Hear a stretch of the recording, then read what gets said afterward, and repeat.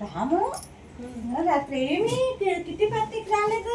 ఏమి లేదక్క, ఏం చెప్తాము ఏంటి నా బాధ ఎవరితో చెప్పుకోని అక్క. నేను ఎలాగ చెప్పేది అక్క నా బాధ? ఏమైందమ్మా? ఏమేమి చెప్పేది అక్క నా బాధ? ఎలా వెళ్ళడానికి రెడీగా అప్పుడు మా ఆడపట్టికి పెళ్ళి అయ్యేటప్పుడు 7 వారాల లాగా పెట్టాం అక్క.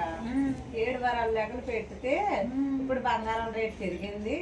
కారు అడిగారు అప్పుడులోను. కార్లు అంటే ఎవరో కొనలేకపోయినాం కదా, ఎవరో రిచ్గా ఉన్నదే కొనుక్కుండి కారు కొనలేమనేసి మనం చేసాం, బంగారం పెట్టేసాం 7 వారాల అలా అడగంటే పెట్టేసాం.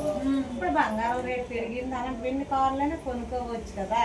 ఆ అమ్మాయిని అడిగితే ఆ అమ్మాయి ఏమంటుందంటే ఇప్పుడు కారు ఇస్తే నాకు ఎలా అవుతుంది, ఆ రోజు నువ్వు బంగారం పెట్టావు, అదే కొంచెం బంగారం అమ్ముకుని ఆ కారు నేను కొనుక్కోను, నీకే తెలివి అనేది మాకు తెలియలేదే కానీ అంటుందా? నేను తెల్లారిపోయింది పడుకోని లేక నా పని తెలివి తెల్లారిపోయి నాకు. అయ్యో, ముందు లేని తెలివి ఇప్పుడు వేస్ట్. మరి పార్టీ మీద ఇంకేముంటది, ఇంకా అవ్వాలా చెవ్వాలి అన్నమే అలా దెబ్బ, ఇంకేమీ లేదు.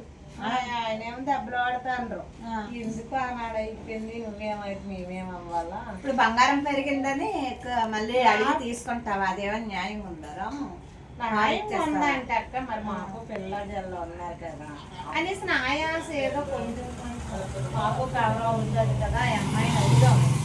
వద్దు, అప్పుడు అయిపోయింది, ఇచ్చేసావు. ఆ కారేగా అప్పుడు ఇచ్చేస్తుంటే ఇప్పుడు మీకు ఆ బంగారం అప్పుడు కార్లు కొనలేకపోయాం కదా. కారు అంటే ఏటి కింద ఇలాగ చూసాం కదా, భయపడిపోయింది.